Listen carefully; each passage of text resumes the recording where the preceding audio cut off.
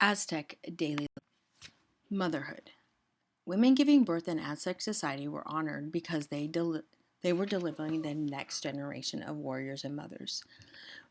Women received medical care from wise female elders in the village, called midwives.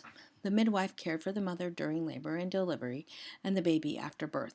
The midwife shouts war cries, bathes the baby, names the baby in a ceremony where symbols are given. Baby boys were given the symbol of war, such as a shield or an arrow. Girls are given the symbol of a home, such as a broom and thread. The babies is lifted in all directions to show the gods. The mother, the midwife, and the baby are honored. Why are Aztec women honored? Because they were delivering the next generation of warriors. If a mother dies in childbirth, she is honored like she died in battle and is given a warrior's burial. It is believed that these women are now goddesses with the sun god, and they give special blessings and strength to the warriors in battle. What happens if a mother dies in childbirth? She receives a warrior's burial, goddess with the sun god. Marriage. The marriage ritual of the Aztecs was a complicated affair, involving the schools, teachers, family, and friends. When the boy was in his late teens and early 20s, his family invited his teachers to a formal banquet. To show he was no longer a schoolboy and ready to get married, the parents presented the teacher with an axe and asked permission to cut the boy free from school. The teachers accepted the axe as a sign of their agreement. Now the boy is free to marry.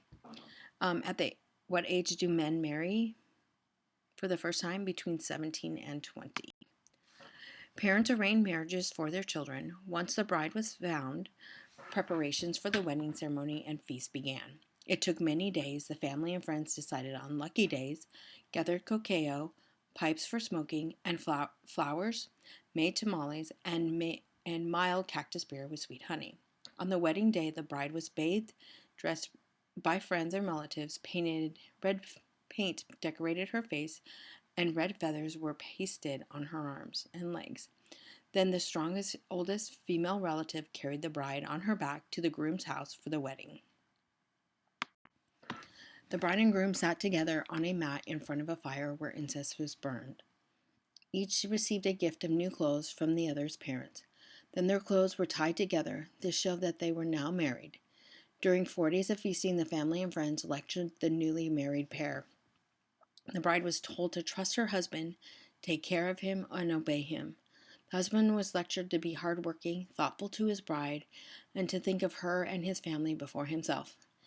Though he could have other wives, this was the only time he could take a primary wife and celebrate this ceremony. On the 5th day, the pair was bathed and dressed, the bride in white feathers on her head and colorful feathers on her arms and leg. They were both blessed 4 times with water, 4 times with beer. The marriage was final. Then everyone celebrated and feasted together. The wedding ceremony lasted 5